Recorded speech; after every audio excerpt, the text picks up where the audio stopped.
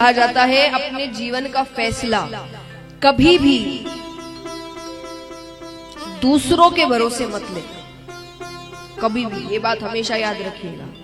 अपने जीवन का फैसला कभी भी दूसरों की सोच पर मत लेना, क्योंकि वो 2 दिन 4 दिन ज्यादा से ज्यादा 10 दिन बाद करेंगे, पर उस फैसले को आपको जिंदगी भर ढोना पड़ेगा, जिंदगी भर। तो अपने जीवन का रिमोट कंट्रोल अपने हाथ में लीजिए। किसी के बोलने से आप पर असर नहीं होना चाहिए। भगवान ने बुद्धि दी है ना, दी है कि नहीं? क्या उस समय भी कहीं और थे हम? बताइए। भगवान कहेंगे, ऊपर जाकर कहोगे भगवान हम तो कर रहे थे पर उसने ये कह दिया, उसने वो कह दिया। भगवान कहेंगे मैंने तुमको भी तो दिया था कुछ सोचने को, कि अपने चीज अपने दिमाग से सोचो, कि दूसरों के दिमाग से चलना था, तो मैं तुमको देता ही नहीं ऊपर से कुछ। अगर दूसरों के ही बोले बोले अपनी जिंदगी जीनी थी, एक बात खुद सोचिए, अगर भगवान चाहते कि हम दूसरों के बोले बोले जीवन जिए तो भगवान ये क्यों देते हमको? नहीं, पशुओं के पास तो नहीं है ना सोचने समझने की शक्ति, हमारे पास है। क्यों दी भगवान ने?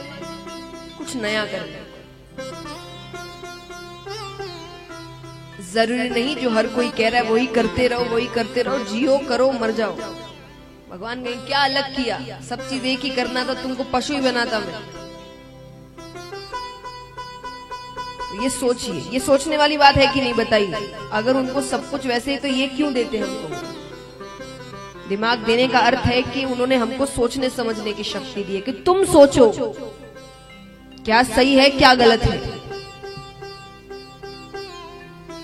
तो इसीलिए अपने जीवन का रिमोट कंट्रोल अपने हाथ में लीजिए। काफी समझदार है आप।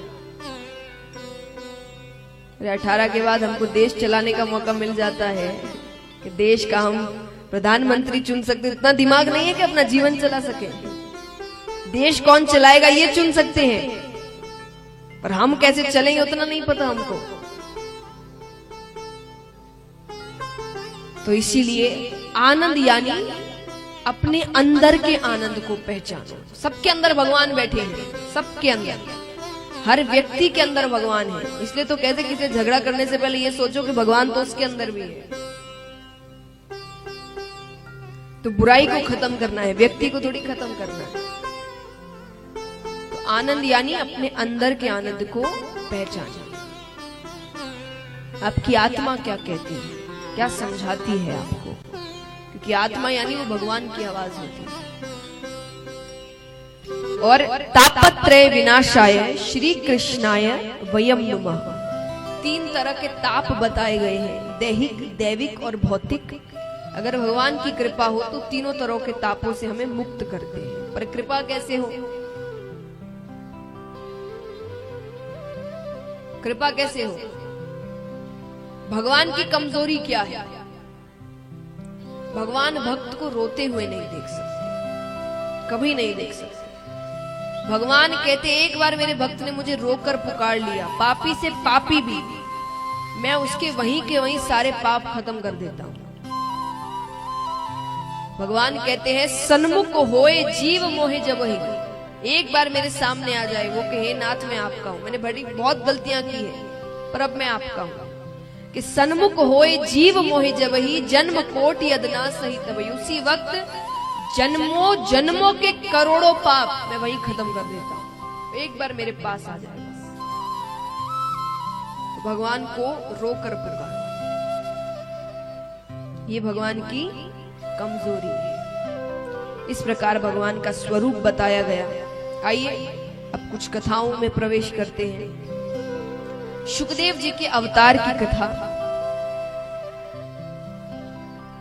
सबसे पहले जिन्होंने, यहां कितने हैं जिन्होंने गुरु बनाए हैं? हाथ उठाना। तो जिन्होंने गुरु बनाए हैं वो अपने अपने गुरुओं का ध्यान करें। जिन्होंने नहीं बनाए वो भगवान का ध्यान करें और प्रार्थना ये करें कि उनको शुकदेव जी जैसे गुरु।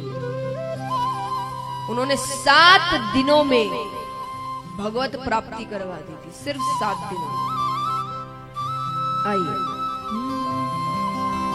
गुरुर्ब्रह्मा गुरुर्विष्णु गुरुर्देवो महेश्वरा